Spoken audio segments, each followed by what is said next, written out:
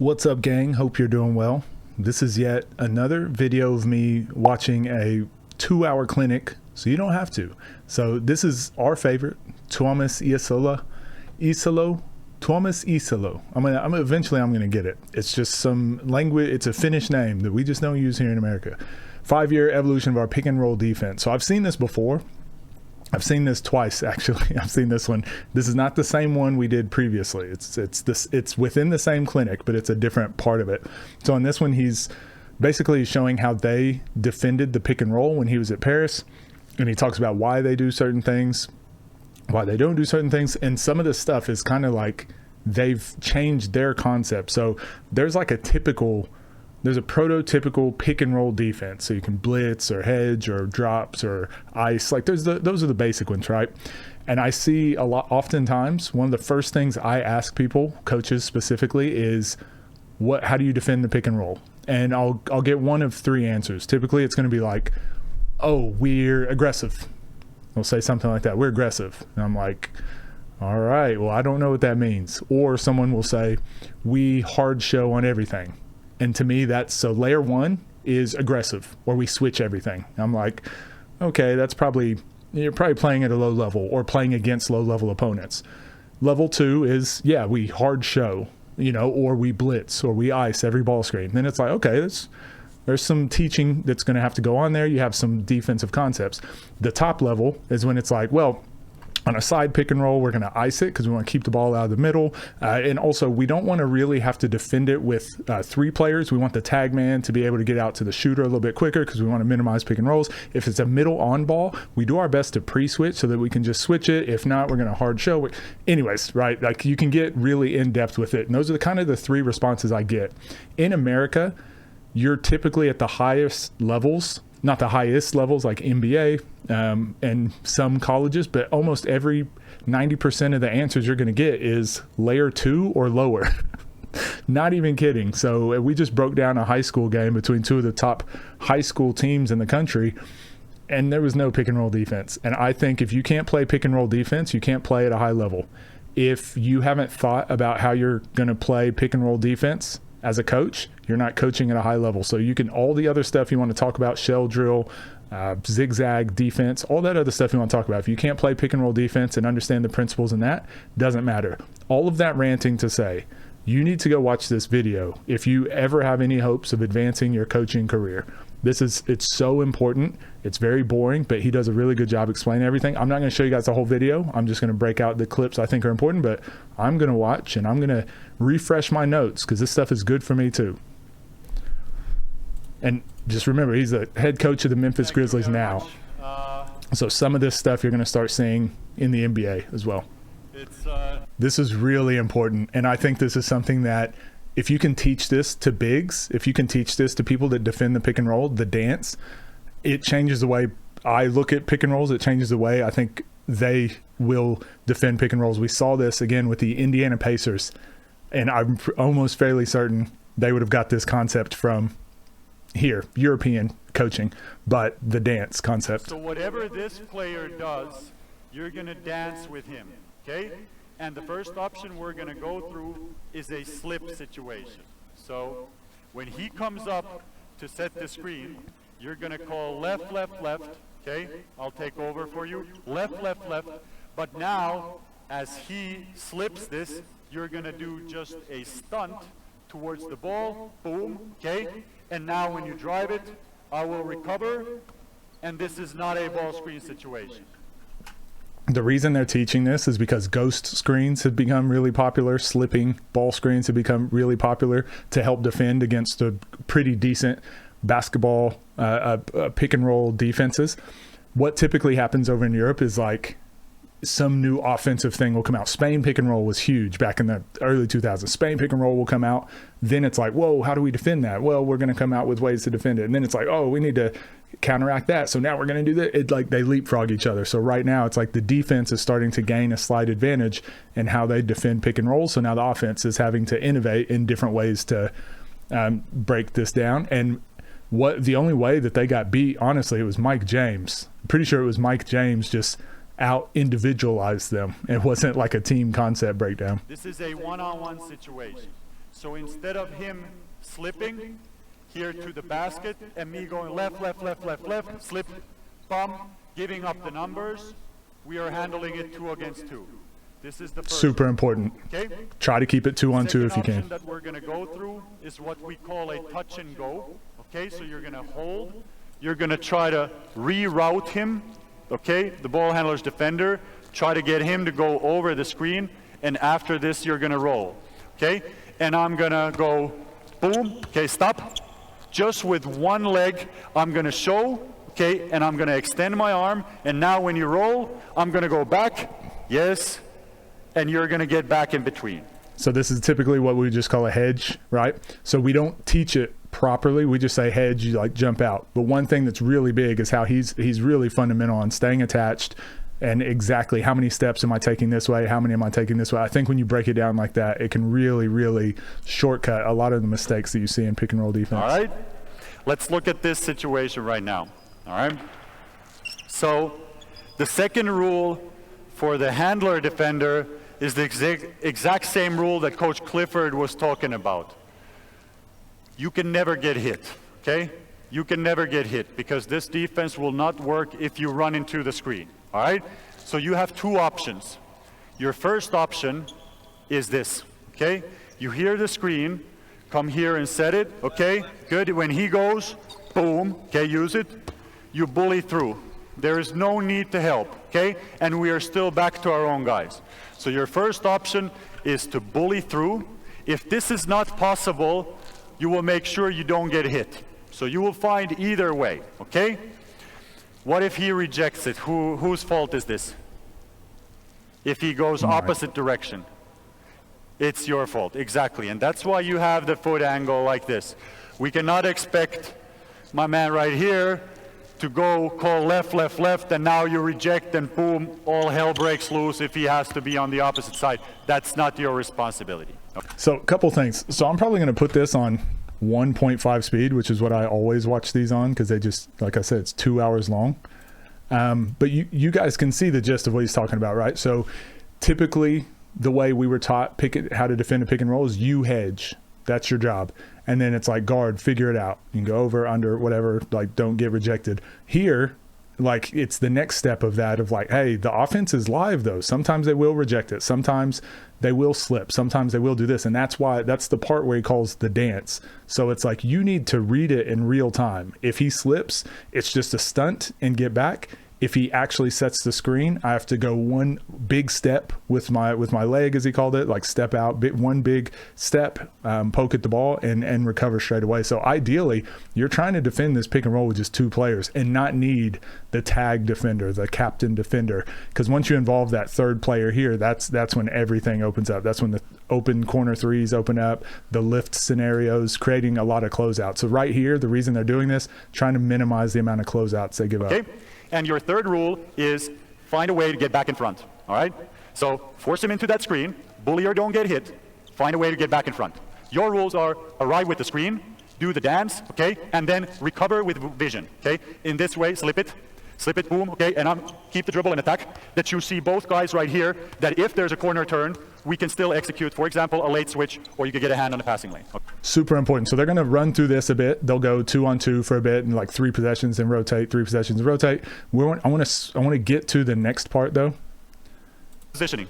So let's talk about the big guy. And I think, really honestly, I'm going to go through a lot of different spacings, what we do. It's a lot less important than teaching the technical aspects of playing good 2-on-2 ball screen defense, okay? And a lot of it starts with where we are positioned. Because if you're going to be positioned on the inside right here when he goes there, and now you got to get to the outside, yep, it's going to be angled right here. There's going to be separation. They're going to burn us with the short roll right here, okay? So super important. Like just showing where to run to, what side you're standing on, just so many technical details, which are so good. Like I said, I've learned a ton from his coaching style and clinics. Here, instead of what we are going to do against this foot position right now, I can affect him, and when my guy, yes, boom, yep, we can recover right here so that both guys can still contain their own guy. And I would expect this is probably, instead of just shell drill, this would be something you do every week, every couple days. Like this has to become a part of your identity as a defense if you're playing against teams that run pick and rolls. And again, for most of you, just that part is probably good enough. If you can master that first part, how two players defend a pick and roll, if you can master that in a American high school setting, you're probably going to be one of the best high school defensive teams there is. Like, no one's doing this stuff. Just that simple, very first part of it. Started to do this. Wait with the pass. Wait with the pass. Okay. Pass. This is really good. This is really important here. Doing things. Okay. So second issue. That's something we got to fix. I'll show first another issue that we ran into. Smart teams. Okay. Bamberg move a little bit up with Oren Amiel. Started to do this. Wait with the pass. Wait with the pass. Okay. Pass. Okay. Come and set the screen. Defense here. Good. Hold it. Get an angle. Hold it. Okay. Boom. Yes. And now, much more space. Increasing the active space for the offense made this very difficult. Because if you were late, let's do the same thing. Okay. You are here, even if you're on the hip, you are late, and now you slip it for a short roll because previously you were holding it, and you show, boom, stop. You don't have to be a basketball genius. You don't have to be Ante Tomic here or Nikola Jokic, okay, in order to get the ball here, because you can put the ball on the floor once, twice, and you can search for solutions. So one thing he started talking about was arriving on the catch. I believe that's what he's getting to here. And I'm a speedy guard right here. Let's say you hold, you do the quick showing back, yes, and now one dribble, second dribble. Now we get to what Coach Bozic was showing, the skill work. Now we're playing against the numbers. I could go here, okay, find the shooters on the weak side. The hook pass. Now we saw this in his last clinic, right? You see how all these but things I have a lot build of up? time, and even very average players can make high-level plays. So these two situations gave us real headache. So he's showing situations that they had to figure out. You'll jog up, okay? You will catch it very high. All right, stop. That's too fast already. Okay, good. Okay, you catch it very high right here. I'll look to arrive. Okay, good. Stop. Come and set the screen right here. As soon as you see the screen is outside the shooting range, you're going to start calling, instead of left, left, left, you're going to start calling drop, drop, drop. Okay? Let's do that. Okay, here we go. So this is the defense that we saw in the Chris Likes video. And as soon as I saw it, I was like, wait, that's what Thomas Isolo clinic was teaching. And you see a lot of this in the EuroLeague. And this is probably something you don't necessarily have to learn for high school. But what I'm interested in is, once you learn these concepts and you understand them, you'll be able to watch high-level basketball and understand it better, which will help you in turn with your coaching, why things work, why things don't work. You don't even really see this in college. But we did see this with the Indiana Pacers. We did see this with the OKC Thunder, more so with the Pacers. Go watch that Thinking Basketball video I did of the Pacers, and there's a lot of this concept in there. Okay, here. Wait a little bit. Good. Catch it high. Okay. Okay, stop. This exactly right here. It looks really weird, but it's because they're out of shooting range. Nimhart did that. Anyways, I'll let him. I will drop here. All right. You will do the beginning first. Go set the screen. I will drop with my heels to the three-point line. Stop. Your rules now change also. Okay. So now your job is, we can split the court into three parts: the outsides and the middles. Keep him in the middle part. Okay. Keep him in the middle part. Ball handler. And do not go away until he goes in a different direction or passes the ball. All right, so let's see. I'll go with Uroš. Here we go. Okay. I would, again, this is why I talk about, basketball still has such a long way to go, and good. I would never have thought of this. Okay, here we go. Good. Drop, drop, drop. Okay, and I'm here.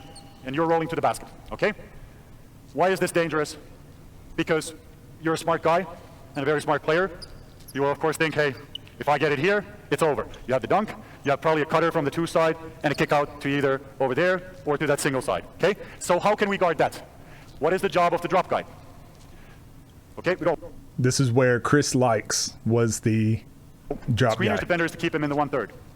The ball handler's defender after dropping is the same basic idea what also Coach Clifford was talking about, to pressure the pass, trace the pass. We are just doing it in a different position right here, okay? So wherever Uroš goes, if it's pop over there or short roll over here, you're gonna sit on that passing lane, okay, and not allow a pass.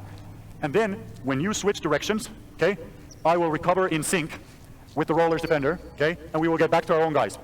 And when this is executed well, again, when you have Leon Kratzer and Tyson Ward, this is much easier, okay, and it works. So I can't emphasize enough the importance of having great personnel for all of these. Okay? Super so let's important. see the drop. Okay? Catch it very high, right here.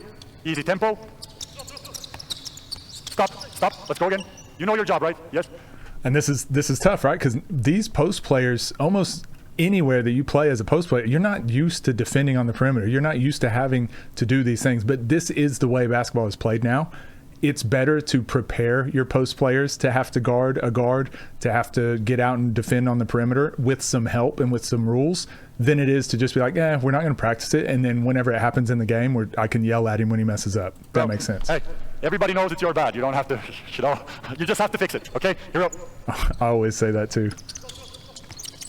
Good, stop, yes. See that? And that right there, losing the ball as well. That's what happened to Jalen Williams multiple times when the Pacers were doing this defense. Recover. Okay.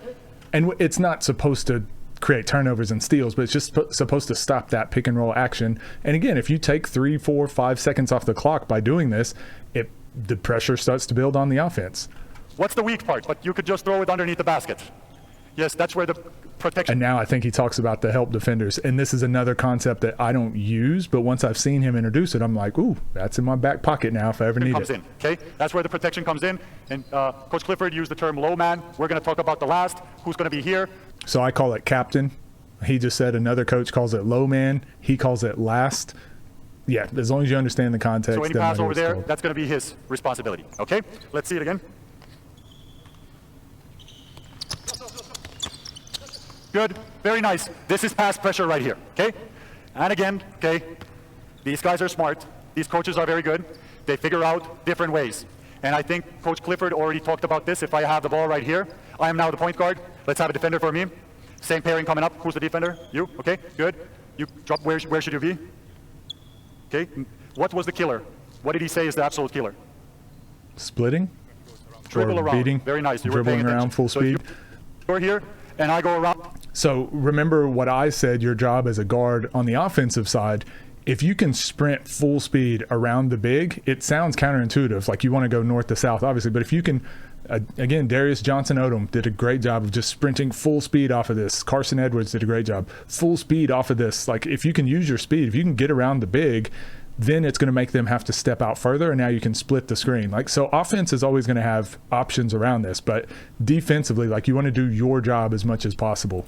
Stop, and you're going to the basket. Force them to make these types of plays, because most guys on offense aren't playing like this either. Who are you guarding?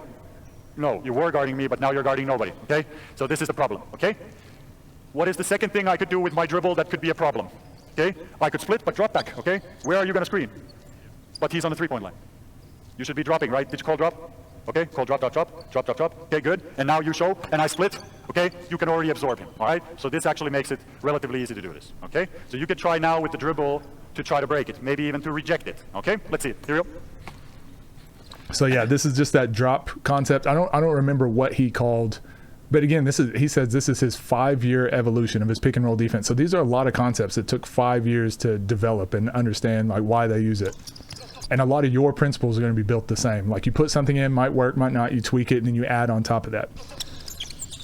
Good. Stop. Now, okay. Awesome. Now teaching the offense how to beat it. This is so good. So when you're coaching, always make sure that one of my biggest pet peeves for coaches is we want to coach something, and then we want to show how good we are as coaches. Be like, see, I taught us that play. It worked. Actually, what you want to do is like, hey, let's teach it. Show the guys that they can have some success with it. But now you want to teach the defense how to stop it, because you're going to come up against teams that know how to stop certain plays or certain actions. So you want to give the defense the answer of how to stop it. That way your offense now has to come up with more solutions, more answers to sort it, to fix it. So here it's in the reverse. He's coaching the defense, and obviously he just showed the defense how to stop the offense. They're turning it over. They didn't really know what to do. So he gave the offense the answer. Well, you can dribble full speed around, or you can split the defense. And now they've got some success. So now let's see if he goes back and beefs up the defense a little bit. And right now we don't have the protection in place. Deep roll, okay, he gets it over there, all right? No problem. Good. How do we decide between the two which one to use, okay? Well, quite simple, okay? Quite simple. If we have initial separation, can we play dance? We cannot expect to play dance and be efficient, so the big must call drop, drop, drop, okay? If the ball is very high, we know what we are playing, right? Okay? If we are here on the three-point line, both guys are in contact, we can call left, left, left. Do you guys want to try this? Okay? So offensive player, you can choose to get it high or low, okay? And you will respect his call. So this is something that it's going to look messy, like I said, because this is not his team. This is a clinic for the coaches, and he's got 2 hours to try and present 5 years worth of information.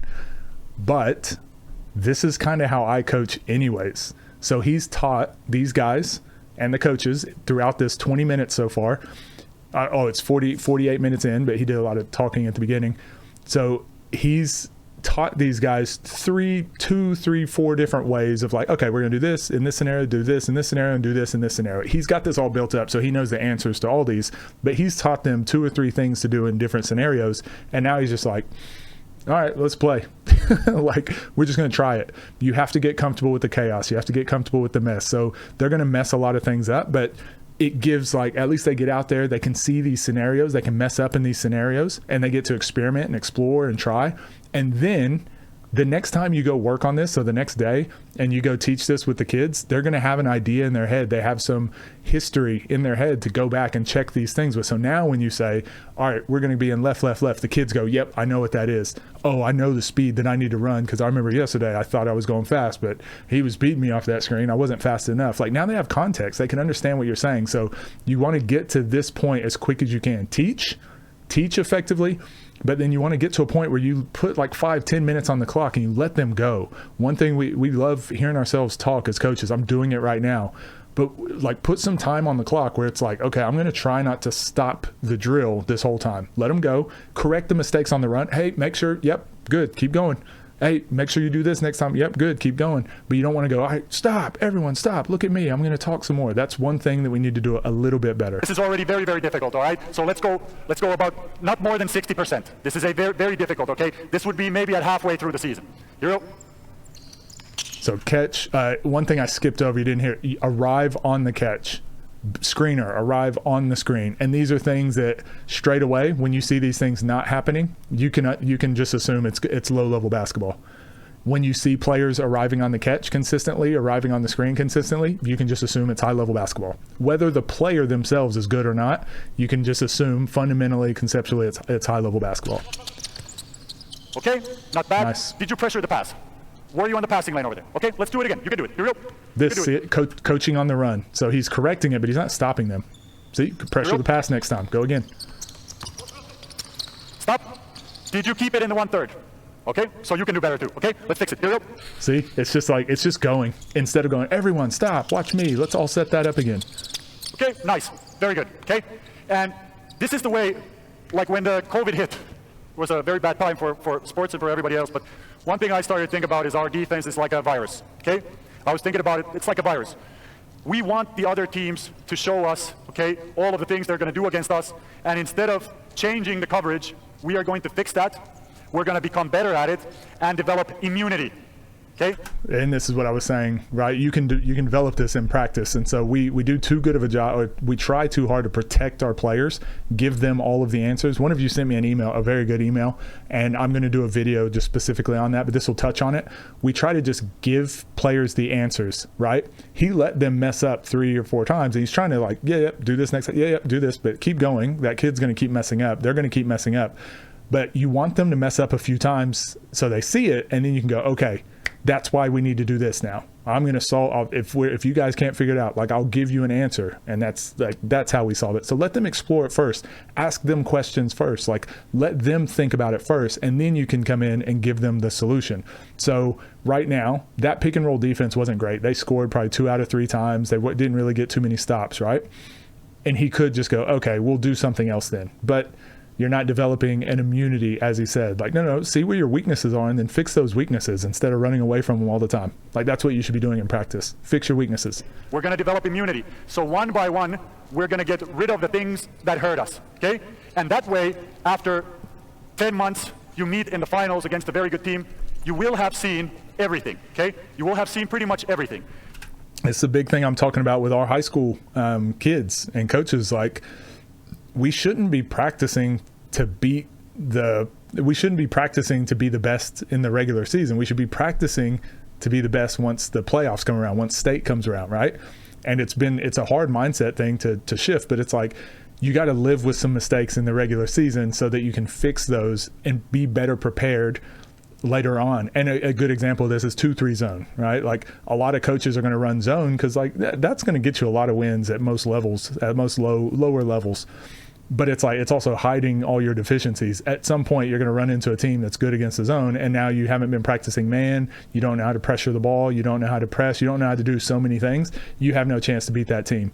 But if you're practicing all those things all the time, yeah, you're going to lose some more games. But when it comes down to winning time, you have the zone, and you have all this practice against these other things that you've been practicing and trying. Super important point here. Even though he's coaching in the NBA now, but listen to how he's talking about his professional international teams he's having to coach. They're expected to win. If he doesn't win, he gets fired. And he's still talking about development. So all of you out there that are like, no, winning is more important than development, you can't win if you're not developing. And that's exactly what this is. Now the problem is, and this is what Coach Clifford was already alluding to, there's one thing that's very difficult to stop, and that's the great player, okay? Happened to us also. Don't want to take anything. Monaco was way better than us in the finals.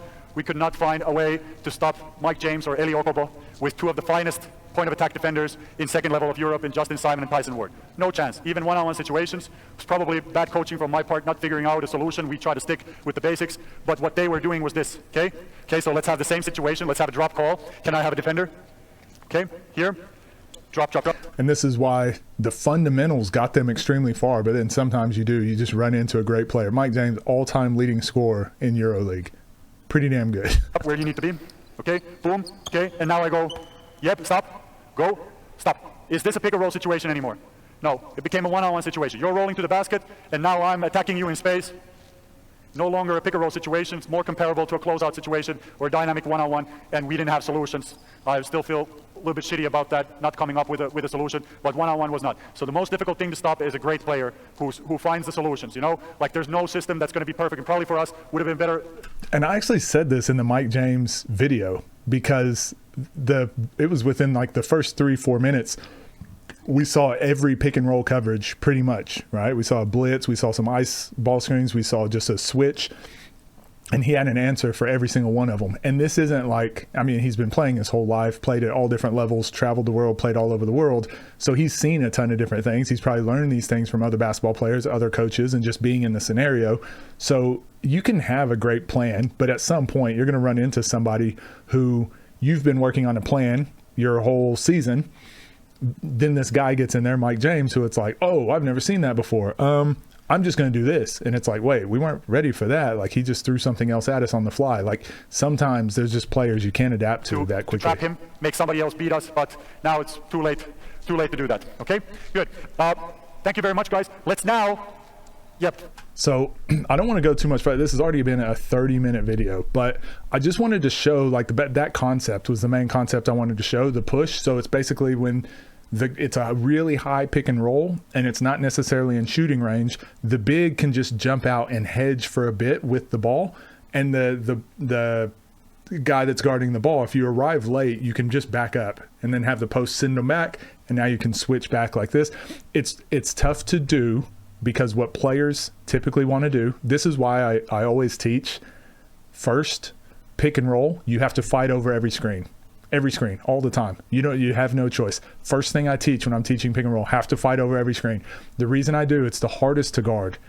It's the hardest thing to do. But if you can get your players to buy into doing the hard part, then I give them the freedom to pick and choose. Okay, so if you can fight over, that's what our goal is. But if it's a situation where you can't fight over, go under or switch, or we have other solutions. But if you just allow kids to switch every time, they'll switch every time. If you allow them to be lazy on the catch, not arrive on the catch, they won't arrive on the catch. If you allow them to go under, they'll go under. So I think this is a really good clinic, and you can stop whenever you want. He teaches like the basics from 10 minutes on, about 15 minutes onwards to the end. He builds this up into his 5-on-5 team concepts all together with this pick and roll. You don't need all of this. You 100% don't. It's fun to watch and understand how EuroLeague works and this higher level of play works. But if you just get up to this point that we got up to 50 minutes in, your understanding of how pick and roll works is going to change. It's going to be a lot better. And then when you go back to your teams, you're going to see like, oh, we're not going to hit this point. This 50-minute mark, your team, if you're a high school coach or lower, and if you're a low, not a high major D1 college coach and lower, you're not going to get to this point, this 52-minute mark. You're not going to get to a point where you max out here. Like, this can be your new ceiling, and you're like, oh, if I just learn up to that point, I can teach all of these things to here, and maybe we're going to get to here. But I know the answers just in case one kid asks this one thing or whatever. But if you can get to this 50-minute mark, it's going to give you everything you need to know to just how to defend a pick and roll. And then you can choose, like, do we want to blitz the pick and roll? Do we want to ice the screens or whatever? Like, the technical points of how to just defend it are more important than which pick and roll coverage you're using, because then you can throw, once you know how to defend it properly, now you can throw in those coverages. So anyways, I thought this was really good.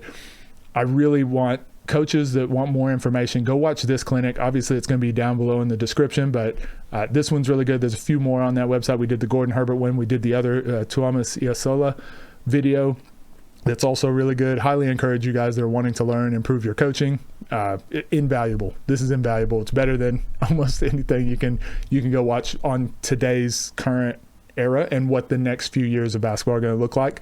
We'll be seeing a lot more of this. So anyways, I thought it was good. Let me know what you guys think, and if you do go watch it, let me know down below what you thought was interesting. Like I said, I've already seen this multiple times, so I'm not going to watch the whole thing, but I did want to, this was the specific point that I was really trying to find. After we watched that Chris Likes video, I was like, oh, wait, we've already seen that. I want to go show everyone else what he was talking about. So anyways, I thought it was great.